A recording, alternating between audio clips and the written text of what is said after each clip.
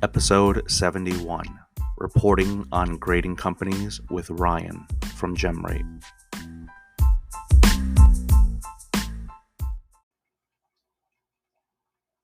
Quick intro today. It is the first weekday after daylight saving, and I'm recording this super early in the morning. It is pretty dark outside, and as we know, time is just a social construct. So I want to thank Ryan from GemRate for coming on last week and being this podcast's very first three-time guest. And in 2 months, this podcast will actually be 1 year old. So I'm really excited about that. And just this podcast leading up to it.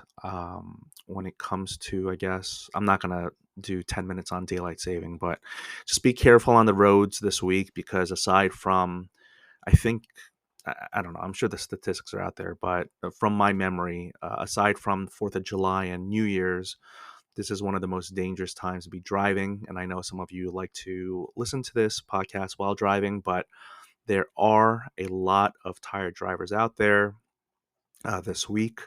And so, and of course, I'm saying this mostly for the benefit of my listeners in the US, because not everyone uh, not celebrates, but acknowledges or observes daylight saving. And also, of course, like 4th of July and things like that. But yeah, also the wind in the DC metro area is just absolutely insane. I this is like the windiest I think I've ever felt or experienced, I guess. All right, but I won't sidetrack talking about all that. Let's just get straight to it. Thank you so much again to Ryan, who I know likes to listen and also enjoys recording with me, I hope. So please enjoy this episode with Ryan from GemRate about reporting on grading companies.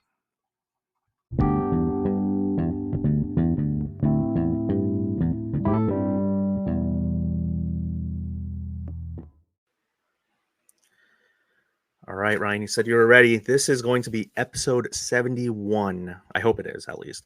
Reporting on grading companies with Ryan from GemRate. Okay, so here's the thing, Ryan, before I do your whole intro. People love you, okay? They want more of you. They can't get enough of you. And so what perfect time than when I'm doing this reporting side of the hobby. And I don't know if you would agree, but I feel like in a way you are a reporter, at least for grading companies. So, whenever there's a reason to ask you on, I just want to have you on. Well, thank you for having me. Thanks for the quick pumping of sunshine. Always appreciate that. Yeah, but I mean, I would say generally, like, yes, I'd like to report on what's happening. I don't try to weigh in too much with opinion, but just sort of provide facts to the hobby as well as I can. Yeah. Do you think it was too much? Do you think I should restart and just give you No, a more muted intro? Like people kind of like you, Ryan. They kind of want more of you. no, this is the hobby. This is what we do. We're narrators. We're overhyping. Potentially under delivering. Oh yes, no, oh absolutely. I'm always over. Yes, Well, how about this? I'll always pump you, Ryan. I will never dump you. How about that? Is that good? That is dangerous, but yes, thank you. That's good. Yes. Okay. So Ryan, for those who are unaware, he is on. I believe this is a record third time. Although there's this one episode where we went really long, and I stretched out into three podcast episodes. But thank you, Ryan, for being on for a record third time, at least for this podcast. I really, I mean, joking aside, I kind of want to make this a recurrent guest spot, and I know I haven't talked about this with you beforehand, but you are so knowledgeable, but you're also not dry. From your Instagram page, you couldn't tell that. No, nothing against you, but it's like numbers, right? And numbers can be really dry. Totally. Numbers are numbers, right? And they say numbers don't lie. But I've had you on this podcast before a couple of times. You are fun. You like to laugh. You like to have a good time. Like anytime anyone laughs at my jokes, I'll have them on. So. I think my main question is, well, I won't be putting you on the spot of, do you want to be a recurrent guest spot? But I mean, when is your podcast coming out?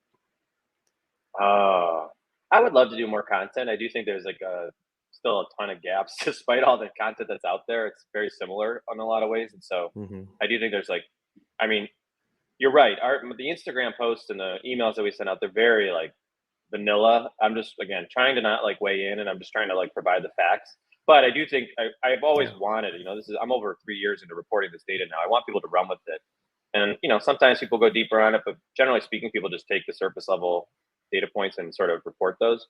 So to your question, I would love to do deeper dives on this data because there's so much that sort of I don't put into the reports or like questions that people could ask that I would answer of like the data that we're bringing to market, but I just haven't had time. It's we're doing a ton of work behind the scenes of like this data modeling that goes Oh on yeah. to sort of build this Yeah. universal pop report. But I would love to do more sort of just like deeper dives on our content or in general, just sort of like themes that are happening in the hobby, but like from a different perspective. And so nothing is coming from me, but to the degree that I can, provide value to you and your audience, I'm always happy to jump on and chat about it. Awesome. Thank you. We haven't talked about this particular account before, but do you follow Kirk Goldberry? Kirk Goldberry? Oh, Yes. geez, I Yep. always messed it up. Yep. His data is just it's just beautiful, right? I mean, there's this one where he Hmm. does like the shots that Yep. career shots, LeBron James, and it's just like Yeah. pew pew pew Like pew shooting pew. stars of basketballs. Yeah, it's amazing. Yeah. No, I'm not trying to put more on your plate, but I just feel like the way he represents and visualizes data, I mean, it is, I don't know how simple or hard it is, but it's like, hey, here are all the shots that someone made or didn't make, and here are the hot zones and the cold zones and whatever. But I don't even know if that could be applicable towards the hobby or grading, but he does do a very good job of that. And you do a very good job of what you do. Like, there is, as far as I know, no one. Do you even have competitors? Like, I don't even know who else gives me the information that you give us on a regular basis. Um, no, I mean, there's nobody that's really doing it, and there were, like Omar from Retro Hoops did it initially. Grunt Dad Sports was like a couple of YouTubers that were just presenting high level sort of like data as it relates to PSA, but to paint the whole picture, it's like way more work. Like there's certain data points that you could pick up with like an hour's worth of work versus like what we do is multiple days worth of work to put out the monthly report, and so it's just like a order of magnitude difference in effort, and so it's just not. Most people aren't incentivized to do this as like a for fun Yeah. project for the hobby, so it's it ties really well into what we do as a business, and so it's it's worth the effort our end, but no, we don't. Nobody else is really doing it. But it's a lot of work to sort of paint the full pictures. The grading companies don't provide the data for you, and even if they did, I don't know that I would take their, whatever they hand off as sort of like gospel. And so I would, short answer is not really. And then from a visualization standpoint, I appreciate you saying that we do a decent job. I mean, look, I wish we could do more. I definitely like have aspirations to do more from like how we present it, even like little things where like you see sort of like the position of the grading companies changing over the trajectory over, some sort of like longitudinal period of time where you're looking at like 3 years, and you'd see Beckett was like much higher a couple of years ago Yeah. and sort of how they've fallen off. Like some graphics Yeah. like that would be interesting. It's just that's not my expertise, and it would be kind of a interesting exploratory thing for us to do, but it would take me way too long for the return that I'd get for it. Hmm. When you say we, is it? I thought it was a one man operation, but do you have assistants or help or co? It depends on who I'm talking to. There's certain, certain people in the hobby where I want to present myself to be bigger than I am, and then certain times I want to present myself to be as small as possible. But no, I have two full-time contractors who are amazing that help me with like data QA work, technical work that they help me with a lot of like data modeling. We're all sort of working as like jack of all trades to sort of just like keep this Mm, thing afloat. But I'm the only one that's full time, committed to this as an employee. But they definitely help and are like massive assets to me. gotcha.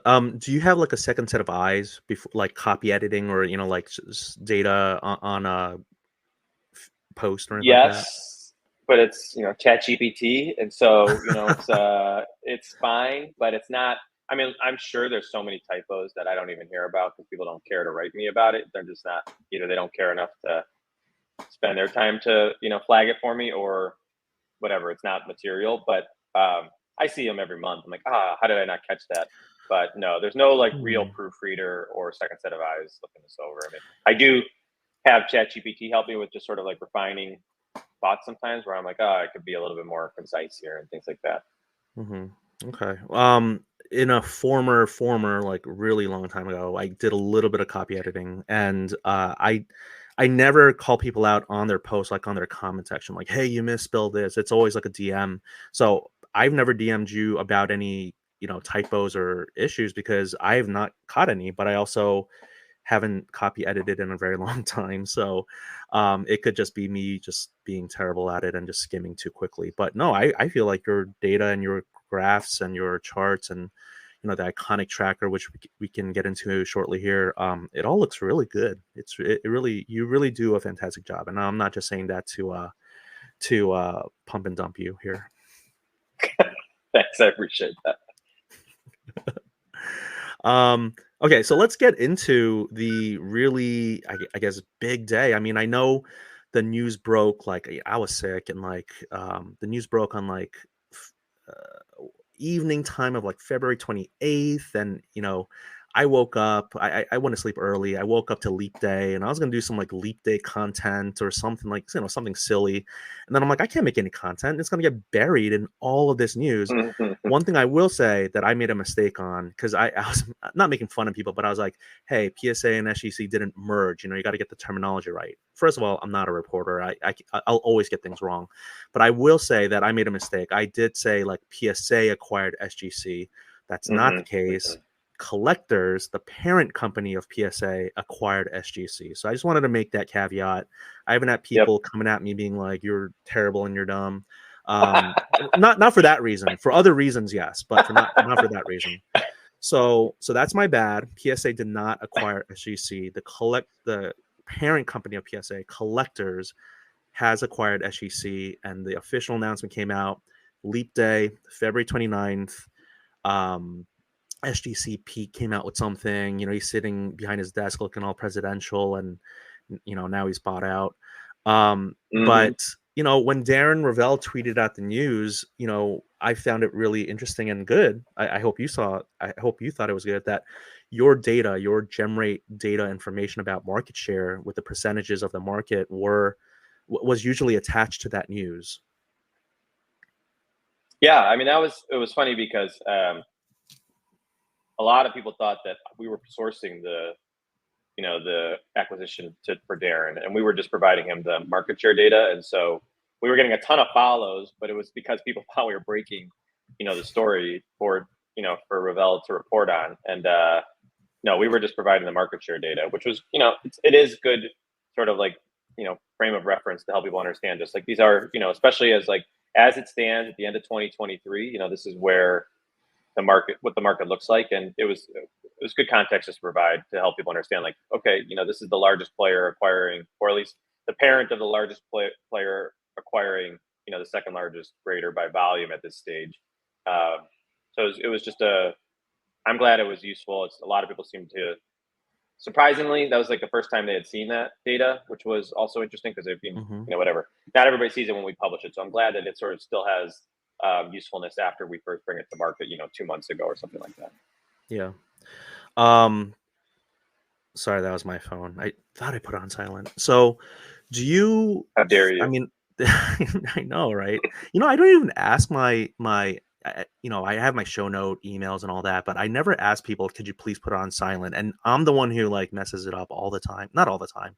Sometimes the microphone doesn't catch it. But anyway, so I think it's great that you're, again, I don't know if the right word is synonymous, but your data really became attached to the news, and vice versa. And people, yeah, it's great for people to see the market share, right? Numbers don't lie, right? And so the information, the percentages that were shared out, I guess, for people who are living under a rock. I mean, should we just go through the numbers real quick? I didn't ask you to have it up, but you knew that we are going to be talking about this, but yeah, I have it. I have it handy. I can speak to it. So the data, the percentages that you use, that was for the end of 2023 for the whole year. Yep, that's okay, right. So yeah, go ahead. And just to be clear, because one of the things, look, I mean, it's all sort of like needs to be contextualized here, but this was only reporting on like roughly the largest 4 companies too, right? There are sort of like companies that are on the margin sort of having an impact as well. So, even when I give these numbers, there's probably like another 3 to 5% that's not even being factored here. So like, you almost have to delete these a little bit further, but like, PSA at the end of 2023 for the year had 78% of the cards graded. Mm-hmm. SGC had 7%. CGC had 10%, and Beckett had 4%. Mm-hmm. But that's all cards graded, right? That's factoring, um, that's factoring TCG, which was a huge part of the volume last year, which was like 45% of all cards graded. And Mm. so I don't remember off the top of my head, but I think when you actually just look at sports cards, the numbers break down a little bit differently. It's like PSA is at like, I don't know, 80%. SGC is at like 13%. I can't remember where Beckett and CGC are, but they obviously make up the last 7% of that. And so it's but what's interesting about that, there's two things. One is I definitely think it's important to think about it through the both those numbers I gave there, which is the overall market, but also the sports part of the market, because that's obviously like a big part of what this acquisition represents, is more speaking towards like what's happening in sports rather than like, SGC has not been a big participant on the TCG side of the business. The other data that's not been referenced, and I haven't, it's probably because I haven't updated it, and I don't think people have sort of. Actually, I don't even know if people could pull this together without me presenting it. But if you wanted to know like all the slabs all time that have ever been graded, the market share is different, and it's important to look at. So like I think like roughly 90 million slabs have ever been sort of graded and put into the market. PSA has 74% of those. Beckett has 10%. SGC has 7%, and CGC has 5%. And so give or take like a percent within that. But that's a little bit different than sort of like what 2023 finished as. And my point with that is just to say, like, I think people sometimes forget how big Beckett has been in this hobby. And so when you think about like regulation that could come as a result of this, or whatever, just some other oversight that might be brought into this process as it relates to like antitrust and things like that, potentially coming into play. Beckett was a huge player, and they still are. Like if you think about like people's slabs in their Zion cases, it's still going to be a little bit more weighted towards Beckett than it is going to be SGC more often than not. And like people don't, when you look at the 2023 numbers, you're not going to get that message. But if you actually zoom out to look at like the history of the hobby, you're going to see a little bit of a different picture too. So it's just important to kind of know like where things stand today is not necessarily where things have been. And Yeah. it's still pretty hard for people to get those numbers to sort of understand the full picture of 25 years of grading activity. 90 million slabs. I just, man, that's amazing. I wonder how many of them are like Zion base, uh, Zion Way too Williamson, many. hoops or Way too prism many. base. Yeah, way too many. Half a million.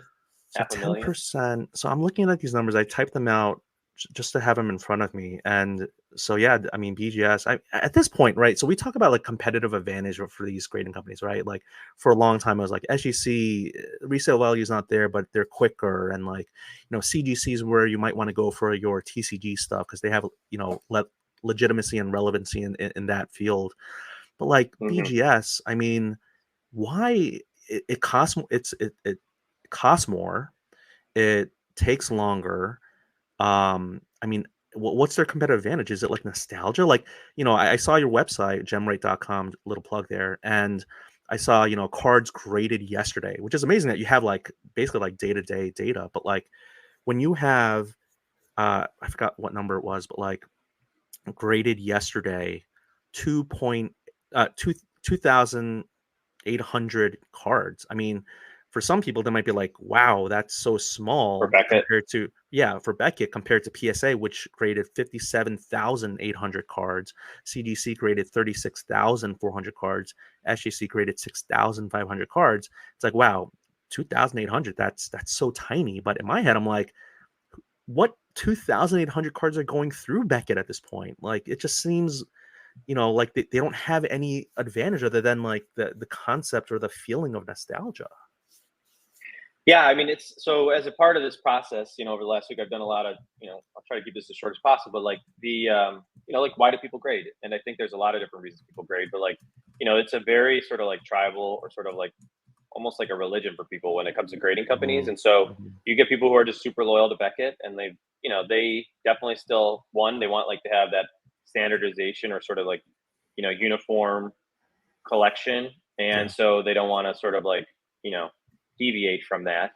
And so they still send a lot of their basketball cards to Beckett. Like if you look at sort of like where Beckett's doing well, they still do a lot of higher end cards. They still do a lot of the thicker Mm, cards and auto yeah, cards. They still do a lot yeah, of basketball, right? Like that's still there's still a strength for them relative to where they've fallen off. Like for example, they used to do really well in baseball, and when you look at like what SGC has sort of done to yeah. Beckett Hmm. directly, these promotions have really stunted any momentum that Beckett had, and really sort of fueled a lot of the momentum that SGC has. And so, but you do have these loyalists who are like still committed towards like building their collections out towards Beckett, and are willing to sort of like deal with them sort of being a premium brand as it relates to pricing, and a frustrating brand as it relates to timing. But they definitely still do some volume, and ultimately, like, that's probably there's an installed base to think about it. Like, number of Mm, people who are sort of like have Beckett slabs in their cases. There's definitely like a large install base of people who have collected Beckett and like would love to still collect Beckett. They just yeah, want Beckett to kind of get their crap together, yeah, and yeah. they've struggled to do that when other companies are trying to push the envelope or sort of innovate much more so. Yeah, I just don't understand how these companies don't understand, especially in 2024. Like, you just got to communicate. I mean, if you're radio silent to your consumers, especially on social media, like, I mean, I'm sure the people who handle social media accounts are told not to say anything, especially if it's like a troll. Don't react, don't respond. But it's like social media exists for companies to like engage. And I mean, we there's so much, talk about how Tops and Fanatics screw up, and I'm not like a Fanatics fanboy, but when it comes down to the communication, they address the problem, they try to come up with a solution. Like the superfractors, they had the, they paid out that first one that was redeemed or reported, and Mhm. they're on top. It seems, it's still reactive, right? They screwed up and then they try to fix the mistake, but when it comes to some of these other companies, it just seems like their MO is don't engage. Like, if we stay silent, maybe we'll no one will notice us. And yeah, guess what? People aren't going to notice you. Like, for the worse for the company. Yeah, I mean, it's we talked about this on the previous appearance that I made, or the most recent one, and it's like I think a lot of these companies operate by sort of the incentives that are in place, and I just don't think Beckett's been like incentivized to sort of like you know ruffle feathers or sort of change direction aggressively. I think they had a small window where they were trying to be a little bit more aggressive, and the market looked like it was up and to the right, and then when things sort of quickly recalibrated, and it didn't look like a growth market again, they kind of just were like, okay, we were running behind anyways. We're not going to sort of like overreact here. And I think they just sort of like stayed the course in a lot of ways when a lot of other companies were pushing forward. And it just, because the reason I say that is they're still grading the same amount of cards they were grading 3 or 4 years ago. People Mm. tell this super negative story. It's just that they're not moving with everybody else. And so it's perceived that they're doing really Oh, poorly, but they're just not really participating in the same way. And the only reason I say that is their goals may be very different. And yeah, it's really frustrating for all of us who's seeing a lot of these other companies do new things or sort of be much more aggressive with pricing, or understand that the market's changed, right? Like, I mean, people I think are most frustrated that like Beckett's just slow to react to everything. Um, but again, I think like they just not been incentivized to sort of like do as much either. And so in some ways they may be much more content than we realize. I'm sure they'd like to be better positioned than they are, but at the same time, maybe it's not nearly as bad as we sort of perceive it to be as well. That said, I mean, I have no visibility into the company at this stage. And so it's hard to know. Maybe they're much like much more concerned than we realize. But I yeah. also am like No, that's nothing well really said. signals that. Yeah, that's well said, and I don't think you said anything that's controversial or bad, but yeah, I don't want to get you in trouble, but I mean, you said it really well. This is why I need someone like you to come on, right? Because you're trying to, in a way, tell us, take the big picture look, like raw aggregate number of grading cards, they're doing the same, but in a world where if other people are growing, your market share, the pie, your piece of the pie is going to shrink because the pie is growing, but you're not growing along with that pie. And Yep. now I'm Yep. getting really hungry. Um, all right. First thing when I say pie, what pie are you thinking about? Apple. Apple. See, I was gonna say Apple too, and I was wondering whether it's because alphabetically it just comes at the front. My favorite is like pecan. I mean, pumpkin is so Oh, seasonal. Um, you know, I don't know. I kind of like a good strawberry rhubarb pie too. You see, sweet my potato. mouth is watering. Oh, sweet potato. this is bad. I should not have done Half of this. those pies that you said I've never even tried in my life. I'm like a very What? I'm not super ambitious when it comes to snacking, and I stick to sort of the things that I like and know. So I don't know that I've ever had pecan pie. I don't even. Would you say rhubarb? That sounds interesting. I Strawberry guess. rhubarb? Yeah. How are we I gonna don't go know. to dinner at the National if I'm gonna have to like you're gonna get the chicken tenders and I'm gonna get the That's correct. Applebee's. That's what we talked Applebee's. about. Hey, living eating good in the neighborhood. New sponsor for the Car Diary. That's wonderful. There we go. But no, thank you for kind of shedding that light, kind of saying like, look, they're grading the same number, but it's still going to result in losing market share because PSA is a behemoth. I mean, they're just dominating. They're like, it's like prime LeBron James playing against like high school players. I mean, it's just they're just dunking on everyone. Yeah, I mean, look, it's not to give Becca a pass either. I know you're trying to protect me from, saying too much, but like, there is Beckett still has not communicated that. Like, that could be their strategy to be like, look, we're fine, we're content. Let's like, steady as it goes, and like, we're gonna sort of like very sort of like incrementally build rather than like really aggressively ramp up what we're doing here, and we're gonna be pretty methodical. But like, you hear nothing from them, and that's where most of the frustration comes from. Is they're just not Yeah. saying anything, and so people are just like, do you care? Nothing signals that you're really that concerned with the collectors and the hobby at this stage. And so I think that's where most of the frustration comes from, is just the lack of communication and visibility. And so with this collectors PSA SGC news, like there's very real opportunity for like Beckett to sort of like try to reassert itself as sort of Hmm. a company that cares and matters. Right. It just sort of remains to be seen, like if they can get alignment internally to sort of like build up that momentum that it would require, which is it's hard. It's they're a company with a lot of different agendas. You go to their website, you see there's a lot of different things that they do these days, and to get Mm. alignment to say like this is where we're going to place our bet, especially as it relates to grading, and here's our messaging. It's just not easy for a company at that stage to do for a lot of different reasons. I think a lot of people would love to see that, but it's very much like a TBD. Yeah, they are. I mean, I haven't been on it recently, but I remember, of course, there's the online pricing guide, which it doesn't matter how much percent they give me off. I'm not buying it. I mean, it's just in this day and age that doesn't make any sense. They're like 50% off the pricing guide. I mean, literally, if you made it 90% off, I don't think I'm buying it. I'm sorry.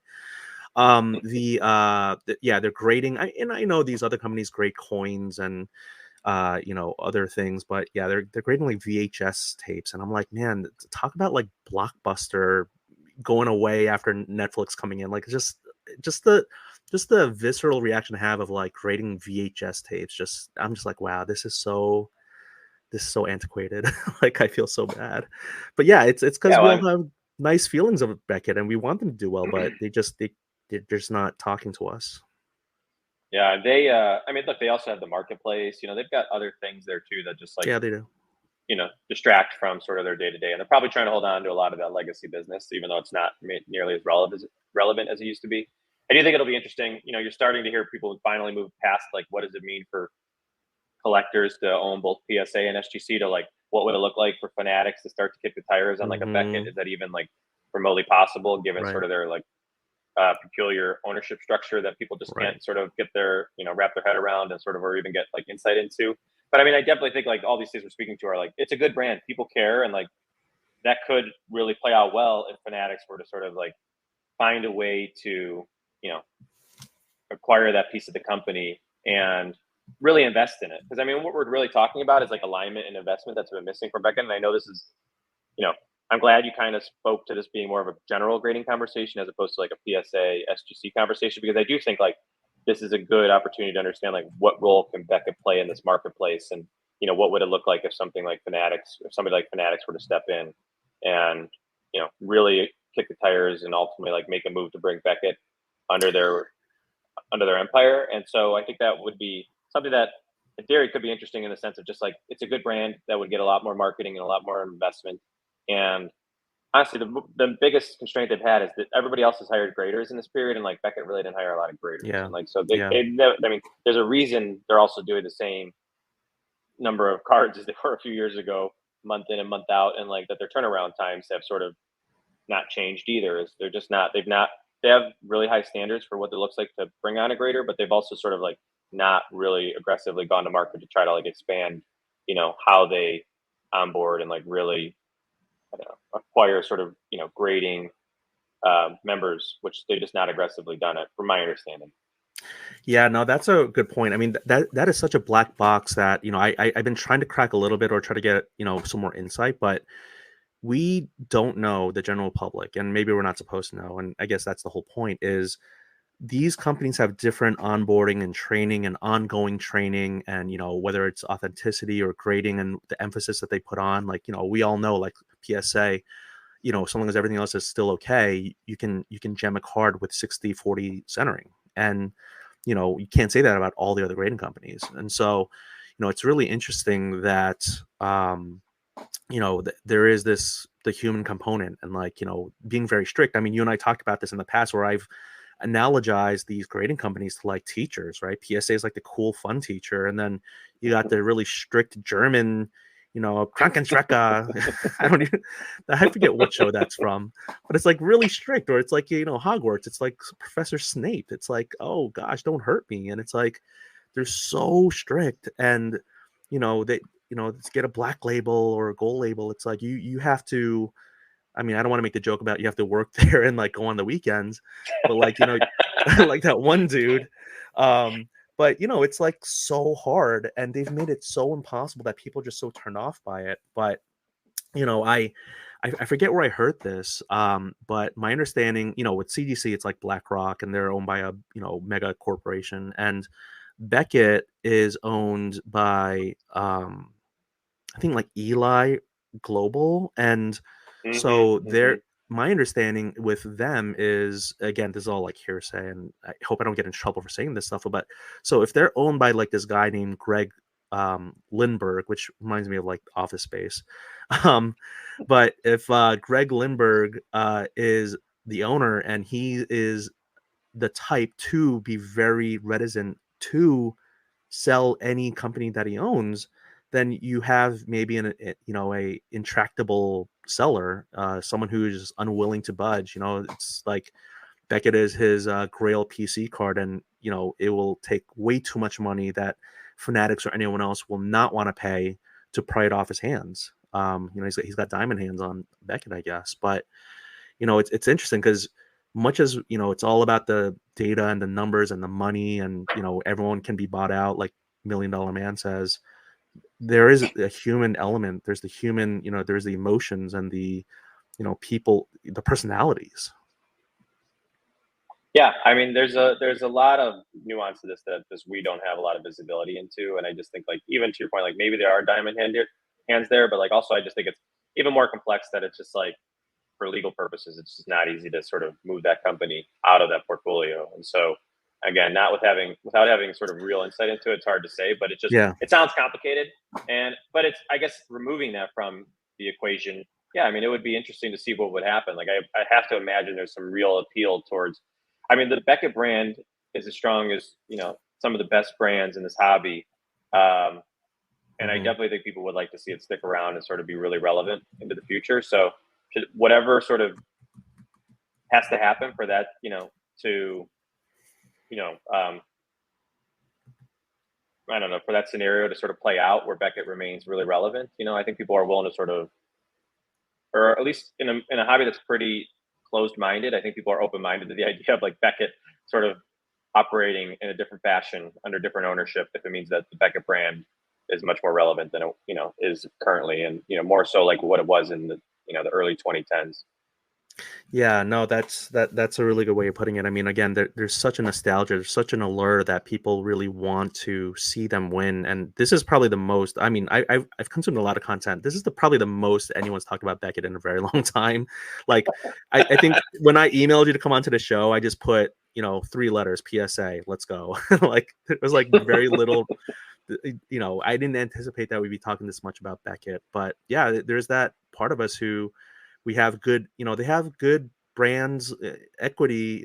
We think, when we think of Beckett and Dr. James Beckett, we have like fond memories, right? It's like we just have like a warm and fuzzy feeling, which is slowly going away and is turning into resentment and like anger or whatever it is. I don't want to speak for a lot of people, but when it comes to just us wanting, and competition is good for the marketplace. But yes, my understanding is that, and again, no inside information, I promise. Like, there's no like me, having some sort of inside, info, but uh, it is hard, apparently. Like Fanatics, if they did want to buy Beckett, they don't want to buy the whole portfolio. They just want to buy that one segment or two segments, and they just want to extricate it. So, but if Beckett's like, no, you gotta buy the whole barn full of all the animals, and you're like, I just want the prize pig, that's aging a little every day. It's getting older, But if you don't want to sell it, then I'm not gonna buy the whole barn. Yeah, I mean, I kind of come at it from the angle of, you know, who's got deeper pockets in this hobby, and like Mm, um, Michael Rubin was just on a. It's not. This is not the same as I'm going to present it, but Michael Rubin was just on a. He just was at the Sloan Analytics conference yes, yes. last week, and he basically said like Fanatics collectibles is worth 15 to $20 billion Hmm.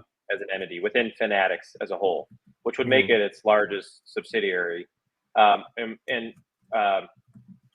by comparison, Collectors has raised its last round at 4 billion, and Hmm. that's just valuation. That doesn't necessarily mean that's not the balance sheet. That's not telling you how much cash they have on hand necessarily. Yeah. But you know, if you take that and sort of run with it a little bit, and sort of at least like say that's maybe close to sort of like how they are sitting from a financial standpoint. You would think that Fanatics has pretty deep pockets there. And so my question, sort of why I'm asking that is, or sort of why I'm presenting that is, what if there was a lot of talk that Fanatics was really interested in SGC? Why would they sort of back out and sort of Mm, allow sort of this really interesting asset and attractive asset to go to Collectors? They had some sort of you know breaking point where this was not interesting to them, and I'm just wondering whether they're still mm, like interested in the idea of rolling their own grading company, which sounds pretty mm, unlike them and challenging, or if maybe they're sort of holding on to this idea that, yeah, I mean, okay, fine, there's sort of a, you know, we're sort of we'll tap out at a certain point here because we think there's alternatives that could be interesting. And look, we haven't mentioned them once, but there's all these, I mean, you did mention CGC, but there's also these tags and arenas of the world too, which are yep, interesting yep. companies. They're obviously like very immature relative to the companies we're talking about, sort of as it Hmm. relates to just the pedigree that they have in this hobby and sort of familiarity that people have. But there's other options, I guess is my point. And Beckett may be one of them. CGC could be one of them. I don't know. We don't even know how seriously we're all speculating on like how much Fanatics cares about grading, but like if you sort of read the tea leaves, they're very into this idea of like everything being very integrated. And so Hmm. it's definitely wouldn't be a shock by anybody. I think I had heard rumors. I'm sure a lot of people had heard rumors that like Fanatics was kicking the tires at one point, whether that was 2 years ago or a year ago. I don't know on grading companies. I think that's Yeah. probably true. And so I wouldn't be shocked if they decide to pursue that further. Whether that's a year or two from now, I don't know. But anyways, it just I come at it from the idea of like you would think that Fanatics probably, if they really wanted SGC, they could have outbid Collectors to some degree. Yeah. No. I agree with that. So again, without any inside knowledge. By the way, when they bought up PWCC, and I could kind of see, like what other people are seeing. I just, it's not like I came up with the term vertical integration, but I remember saying it, and then other people started saying it. So I'm like, you know what? You guys are stealing my term. Vertical integration. That's me, man. That's No, your hanky panky. that's my, yeah. Well, I really wanted to start getting shady shenanigans going because I just think that has a better alliteration. It just hasn't caught on. It's okay. I mean, hanky panky's good. I mean, shady shenanigans are I'm just, definitely in shenanigans camp. Like I will go to bat for let's, shady yeah, shenanigans. go shady shenanigans. Okay, yeah. Okay. We're gonna hashtag that later on. I'm gonna go down such a bad rabbit hole. We love to pocket watch. I'm talking about these deep pockets. It's like all we do is like we just talk about other people's money, and I love it. It's just so funny. Um, these smaller companies, I mean, I gotta say, Tag, I think, again, not a sponsor affiliate, but they knocked it out of the park with those personalized slabs at Burbank Card Oh Show. yeah, that was cool. Man, I really wanted one so bad. I'm like, oh my gosh. But that they did a great job. But that's how you get people. It's like when you talk about the concept of like hegemony, dominance in like from a global economic sense, like a lot of it has to do with like cultural. First, the way to like get people to buy into your dominance is like, or your perceived dominance, or what you want to dominate is is culturally. Like, I guess what I'm saying is like, get those blue jeans and Elvis music out to other areas of the world, and they're going to start really appreciating, the brand of USA. And like, that's kind of Hmm. like how with these grading companies, like, I don't know how much money Tag lost with doing those slabs, but man, were they relevant for a good bit, and people, creating that brand loyalty that we're talking about with these, people who are just like fanboys or super loyal to Beckett. Like, this is how you create that base. Yeah, I mean, they're definitely doing a good job of just sort of creating buzz, which is sort of the first step to what you're saying. Like they're definitely, they're kind of ahead of themselves in the sense that they know they can't capitalize. They don't have like the bandwidth to sort of take on like all sorts of different cards from all sorts of different eras, and so they're almost sort of just like building up this pent up excitement and buzz towards what they're doing before they can even sort of take on the actual cards and the activity, Yeah. which is interesting. I mean, they definitely have like clearly put a lot of thought towards building the brand, putting money towards marketing, being different, which I think is really important. This is Hmm. a hobby that often looks and feels very similar, and so Yeah. just being willing to take some chances, I think is cool. And yeah, I mean, obviously, like despite the fact that people are really frustrated with the idea of influencers, there's a lot of them in this hobby that whether you sort of buy into that. There's a lot of people who post and will take that slab and run with it and get excited about it. And it was definitely like a really cool tactic. I mean, I definitely think it's whatever. I mean, whether you like it or not, still I like that there's companies out there like Tag that are thinking outside the box and taking chances, like something like that. And it is a cool piece, especially if you did get one. It's probably on the other side, not having one, you're probably just jealous of like, how did I not get one of these? And like, what do I have to do to, what kind of influencer do I need to be? And I don't want, what if I don't want to be that? But it's still Yeah. cool to see. I don't like influencers. I think they're just so full of themselves, and they provide no value to the hobby. So, um, totally not about them. If I ever met one in the street, I would totally just Mm-hmm. be. I would turn the blind eye. I would just. All right. So anyway, brought to you by C3 Grading. No, can I just say something about C3 Grading? I talked to the owner and I made a couple of reels, and this by no means is like a sponsored episode or like that, but I really like the fact that he said we're not. When I said, "Are you trying to compete with the big boys in grading?" He's like, "We're not even on the Formula One grid. We're not even on the Formula Two Right, grid, right, right?" They're right, like, "We're right. like third tier, or like we're new," and all. I was like, "That's so refreshing." It's like if I talk to someone who is a new grading company and we're like, we're going after PSA, I'd be like, you're probably delusional. That's probably crazy. I mean, it's good to have dreams and aspirations, but I mean, to take on a behemoth like that and say, we're gonna slay the giant is wild. So I really appreciated the kind of like reasonableness, and I got to talk to the owner, and he seems like a good guy. And look, free grades. Who am I to turn down free anything? So, I said I would just kind of work with them and just see what the slabs, what their newer slabs look like. So see through grading the I don't know 0.001% of grading, maybe even less. I don't know, but that's not to diss them in any way. It's just that this PSA domination is it's it's a rolling rock. I don't see how nothing's going to derail this train for the foreseeable future. I mean, they're just you know taking names at this point. Yeah, I mean, I like that you bring up C3 because it's interesting to think about. Why do so many people enter into the grading category? Like, what's attractive about it? Because if you sort of think about how big PSA is and some of the other companies in the space, it's maybe a few hundred, 300, 400 million in revenue that sort of is up for grabs every year with it. So you don't have to, if you get 1% of that, you're doing 4 million in revenue, and you could have like a small operation. SGC was only 8 people 4 years ago. I mean, that's probably where they were, Mm. right? Four Mm-hmm. million, maybe. I don't know. That might even be high versus where they Yeah. were, but like that's what they were Yeah. doing. And now, things Right. have changed and they're much, they're perceived very differently.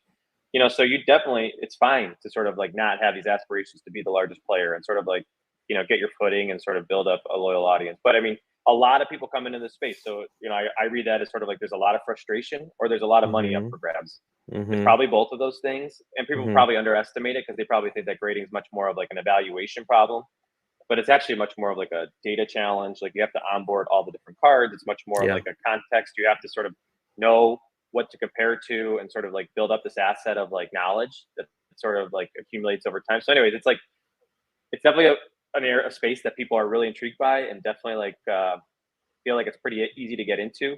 I shouldn't say that. I'm sort of making that sound. Um, more trivial than it is, but like, people are interested in this space, and maybe they take for granted sort of like how hard it is to sort of really establish yourself and sort of break through. But at the same time, you could be a couple million in revenue, and that could be pretty meaningful without having like a massive operation too. And that could be like a nice lifestyle business for, a number of companies Mhm. in the space. The whole reason why this podcast exists is because I find myself continuously finding the lowest slash zero barrier to entry to a lot of this stuff. Like, to be a vendor, you need to just have like a pulse and like table money. You don't even have to be awake if you don't want to be. Like, apparently, I've seen old dealers just fall asleep at their table and it's fine. Apparently, so streaming, like, they're, whatnot, it's like Uber. They're letting anyone in. They're just letting anyone, like, you can take a picture of like a box of dollar cards and they're like, all right, you're approved to sell, go ahead. So I continuously find myself in spaces where it's too easy to just get in. The two that I think are, that have a meaningful barrier to entry are card production, right? Like the warehouses that Fanatics and all of them use. And grading. Like, I don't know how much it costs to get a sonically sealing machine and all that stuff, but yeah, you won't see Denny's grading company coming anytime soon, because that's just way too hard. But don't rule it out, I guess. If I come up There with a we go. proprietary, yeah, if I come up with a proprietary way to grade cards, like, I can tell what's authentic and not by smelling it. Like, it's the smell test. Yep. I wasn't going to Yeah. box you into that, so I was going to let you off the hook with that. I feel like there's potential 2025. Yeah, Yeah. Oh my goodness, I I'm could so see it. excited. Yes, I got the baby breakers. I'm vertically integrating, right? I I mean, forgot about yeah, I got the content creation. I got the baby breakers. I'm going to get a smelling grading company that like authenticates. Misfit Collectibles. You like something like Misfit Collectibles, which is like your portfolio of like all these, really interesting takes on, just obvious niches that people are sort of not exploring in the hobby. I love it. Yeah, no, it's Grading off the and by the way, smell, yes, baby breakers. this What is what 100% else? bespoke. This isn't for everyone. This is bespoke. This is custom tailored to every single person. So I'm gonna kick around the tires on that a little bit more. But when it comes to just like all of this, I mean, I really appreciate your perspective, and again, to try to get this train back on track. You are, again, like I said, like, you're like a reporter, right? Like, you report the data, you report the monthly, and I like that you've gone from just the monthly, the first of the month, to like the iconic tracker, the more like, the website just has so much information that I didn't know about. I have subscribed to your newsletter. For those folks listening, go to the website. You get the prompt, get a free newsletter, and get more, I guess, like, educated, right, or informed. Just be an informed consumer, right? Yeah, I mean, we're definitely trying to sort of broaden the ways that we can have impact. And so, my big thing is just like, I thought more people would run with our data and sort of go deeper on it. And candidly, it's not sort of happened the way that I thought maybe it would. And it's probably because we're not opening up our data enough where it's accessible in a way, in a format that people can really run with it. But, we're trying to expand on it because that surface level stuff that we're releasing every month just speaks to the volume. There's no real context as far as like what's going in and out of the door. I mean, we sort of talk to the top cards, the top sets, and, top players, but, Mm-hmm. there's still a lot of nuance to those numbers. And so the iconic tracker was sort of flipping it to look at the most important cards and sort of where are they being graded. And that's just another way that we're sort of trying to bring more data to market to sort of contextualize what's happening. And we have Mm-hmm. other ideas there too. And then also it's just different tooling to sort of help people build out their collections. But I mean, yeah, we're trying to diversify and sort of expand ways that we're sort of either communicating with the hobby or sort of presenting tools to the hobby to, build out their collections. No, I think that's great. Any update on the universal uh, pop reports and stuff like that? Yeah, I mean, the thing that's really taken off for us, I'm still not aggressively promoting it because I'm just still building it out, and I want to make sure that it's substantial enough where people have a good first experience with it. But the universal pop reports, we have about 130 or 140 of them up now at the stage, and they're covering things from like ultra modern, like 2023 Prism basketball and football, where you can see every card across all the grading companies that we cover, which is the primary four. Yeah. Um, that would you say arena too? No, no, I said yeah. Sorry. No, I'm not. Oh, I'm not. I thought you I'm were not making. plugging. I thought you were I'm not. subtly plugging arena. I'm like, Can wow, that was like a Can meow, you meow. imagine if like I have like this subliminal message where I'm just like I whispering thought just arena, happened. I arena, thought that's arena, what just arena. happened. I'm like, that was clever, and I give you credit. I'm like, all right, they're on my radar. That's all it takes. Oh my Um, goodness. that's hilarious. Free plug. No, well, no, I want to let you go, and then I'm gonna ask a question about the fourth. But go ahead. Yeah, the Rob report. Oh, well, I just say the universal search is the thing that's taken off though. So it's basically like, I don't know if you ever have used Alt before when you go to their website and you can see PSA at BGS for a lot of cards if you were Yeah. interested in. Obviously, they provide the pricing value, which is really something that people care about, and really the main reason people go there. But you could also see population across certain cards. We're doing that, but we're doing that at like a much greater scale. We're doing it across more grading companies, and our universal search is really well done. It's still early, but like the idea is to sort of expand on what Alt initially built a few years ago and really just sort of like lean into the idea of like you just want to type in a few characters on a card and you can see the universal stats across all the grading companies. And so that's Mm, the thing that's really taken off. You don't have to sort of take into context the full set. You don't have to care about 2023 Prism football. You just might want to look up CJ Stroud's Prism Silver, his Green Pulsar, and you mm. can do that really quickly and be in and out within 3 to 5 seconds with some really good data. So people are really liking that universal search. I love that. So yeah, Stroud is just such a hot player. He's propping up the entire NFL wax market right now. Um, I I don't know if I want to get into this too much, but like when you said that name, and for some reason the image of like a CJ Stroud downtown came into my head, and then I immediately thought about how there are these fakes out there, unlicensed, or I don't know what to call them, but like reprints, but they're being passed off as being real. If you buy them on Etsy, they're 20-30 bucks, but then like once you have it in hand, if you're a nefarious actor, you want to maybe try to put it in one touch and sell it in at a local show. And it's like I I I mean, getting back to the heart of grading, like my understanding is it's to authenticate and to Mm-hmm. encapsulate, and that the actual grades are supposed to be ancillary or secondary or tertiary to the proceedings. But it seems like people are like, hey, if it's sonically sealed, it must be right. And then of course we had the scammers who did the 86 Fleer Jordans in fake PSA slabs, and they're like, oh look, these are in PSA slabs, they can't be fake. So I don't know. Yeah. I don't have a good question from there. I just That's where my mind kind of went, and I don't know what your thoughts are on that aspect of things.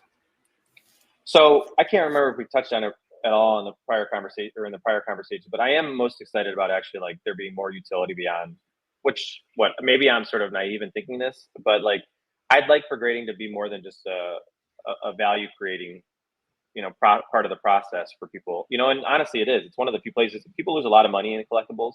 Grading is one of the few pockets where you can actually find and sort of extract value as a consumer or a collector in this hobby or an investor, whatever you want to call yourself. It's one of the few Yeah. places you can like really participate and meaningfully like make an impact and extract sort of some profits. Hmm. And that's why a lot of people participate.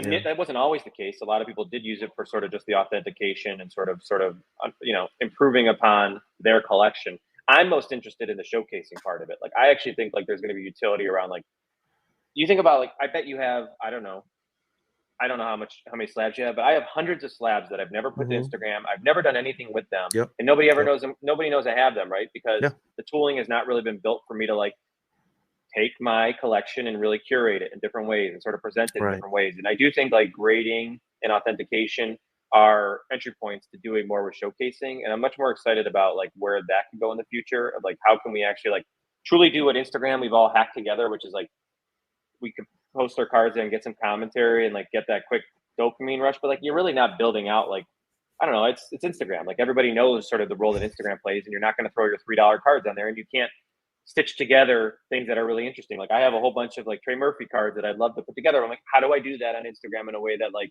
I can tell the story that I want to tell? And the reality is I can't. And so I don't do it or I'm not good at it. And like I'd like for there to be like much more tooling that like helps me narrate what I'm trying to build and like window to others like, hey, this is the parts of the hobby that I play in. And like, is this interesting to you? Cool. If not, cool. Like awesome. But like at least I can showcase it. And most of the hobby still collects sort of like in isolation. Obviously, we all care about the Yeah. community, and the community is a big part of it. But like, we still kind of Yeah. collect as individuals, and there's not a lot of tooling that does it. So I do think like maybe grading is not the answer, but it's a big entry point into sort of people Mm, cataloging their cards. So I'm much more interested about like, can grading sort of fuel better showcasing in the hobby in the future? And like yeah. that's where I'm most excited. Like I do appreciate how much people care about sort of the value creation that comes from grading, but like I definitely think we're over, like that. If that's the only reason people grade, it's going to sort of. I do think it's going to like run its course. Like I definitely think like Yeah. people are going to grow wary of it, or they'll just be fatigued. Which would be really bad news for the grading companies. But yeah, I think you're totally right. If it's solely or primarily a financial incentive or financial value creation, I think that's gonna, yeah, like you said, run its course. But when it comes to that is my dog scratching something. But when it comes to the value in like, yeah, showcasing, we're not, I don't think we're gonna get into this too much right now, but like there's like that new sleek way of showing your collection or four Mm-hmm. cards like Mm-hmm. Mintoverse, like just a different way to make it look, beautiful and elevating, you know, the look. So um I really appreciate that you shared that you were like a Trey Murphy collector. I actually didn't know that about you. So this is Trey Murphy the Nobody third. knows that. Yeah, Yeah, nobody knows that, Trey right? Murphy Because I the don't third. post it to Instagram. Well, I hope people send you some for sale for trade cards of Trey Murphy the third, because there's got to be people who are holding Please. on to them, being like, I can't get rid of these. Trey He Murphy the put third. up Nothing 34 the against. other night. He had 10 threes. He's a very intriguing player. I actually would think he's like a really interesting personality. But yes, anyways, I don't know how many people collect Trey Murphy. Again, there's no tools really. I mean, there are. I'm again, um, I'm being a little bit hyperbolic here, but like there are tools obviously that are still early, but like there is no tool. There are no tools that are like the go-to to help me as a Trey Murphy collector really sort of like showcase that I am Yeah, there, connect with other Trey Murphy collectors, have people like put cards that I want to acquire out there and sort of like the ether for people to sort of find me and sort of, whether they're at shows to look for or yeah, whatever. yeah. There's a lot of do-gooders in this hobby, but it's like pretty hard to sort of navigate and sort of surface. There's this one very special time of year every year comes around. It's around the holidays, and it's when people start posting their Christmas trees. Which and now they're starting to post like menorahs, which is really nice too. But I feel like that's the one time of year where we put up our slabs or cards or whatever, but we make it into a design. We don't do it for Mm-hmm. like National Dog Day. Oh, look, I put all my slabs in a dog design. Like, we don't do that. Or like National Pizza Day. Why doesn't that happen? You know what, maybe I should do that. I don't know. You're onto it. You're onto Yeah. it. Yeah, just content creation always in my mind. um but yeah, I just feel like there's this one time of year where everyone starts putting up their like trees, and it looks cool, but it is like there's no other time of the year that we do that, and it's interesting. um but yeah, Trey Murphy tree. I wait, you said 34 points but 10 threes. Yeah, that was what's today's 7th. So yeah, that was on Tuesday night. He had So he 10 so threes. he had the capacity and wherewithal to hit 10 threes. What he to that's 30 points. I guess he had a couple of twos. I don't know. I'm trying to figure out how he got to 34 points with 10 threes. But No, you nailed it. You nailed it. okay, there you go. Like, man, You're that's a doing the good math. amount. Yeah, I'm doing, yeah, the math is math. You're And mathing over there. Yep. yeah, just it's the wheels are a little bit, need a little bit of oil, but they creak out a little bit.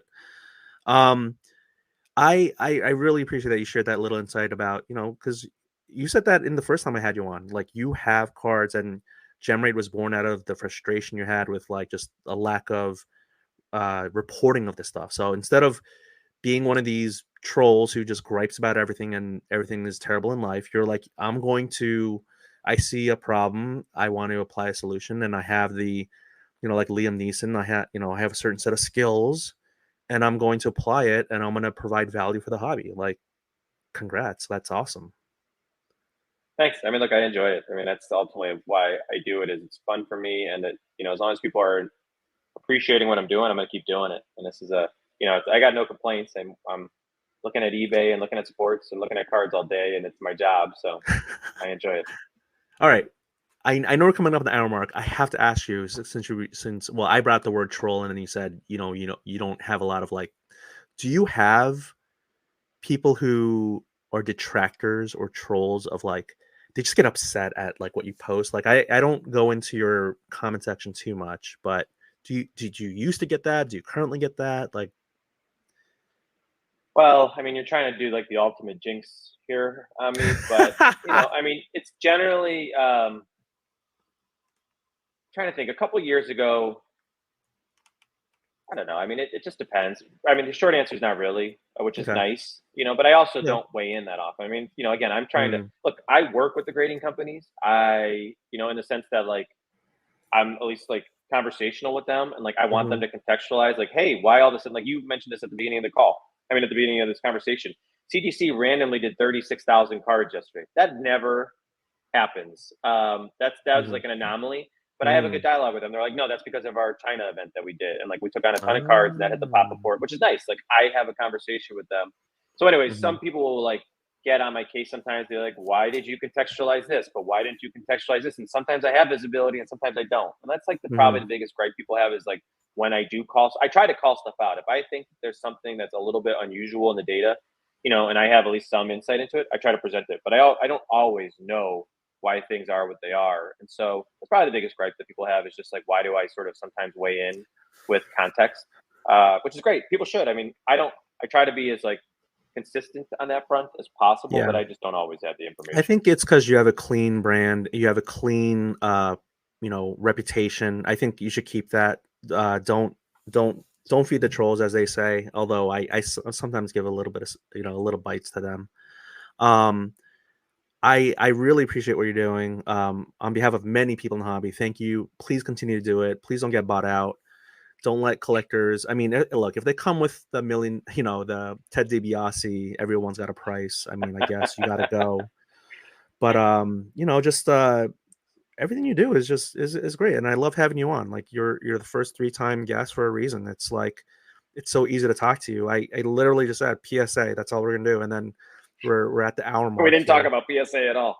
That's the best. Yeah, I mean, yeah, We didn't need to. yeah. That's the beauty of No, it. we didn't need to. Everyone else is doing it, right? I mean, I don't want to do what Right. everyone else does. That's boring. It's so much boring Agreed. content out there.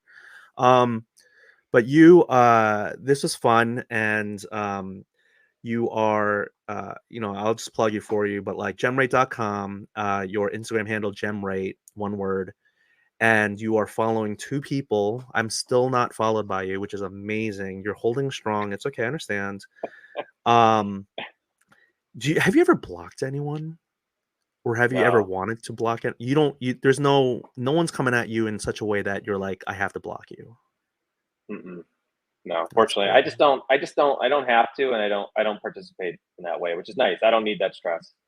All right. Well, I just jinxed you. We're gonna have to have you on Totally. for a Massive fourth time jinx. for the double jinx, Massive jinx. the reverse jinx, like Bill Simmons used to say. Uh-huh. Um, thank you for being on. Speaking of reverse jinxes, reverse. If anyone wants to have a subliminal message played with arena, you just have to play this.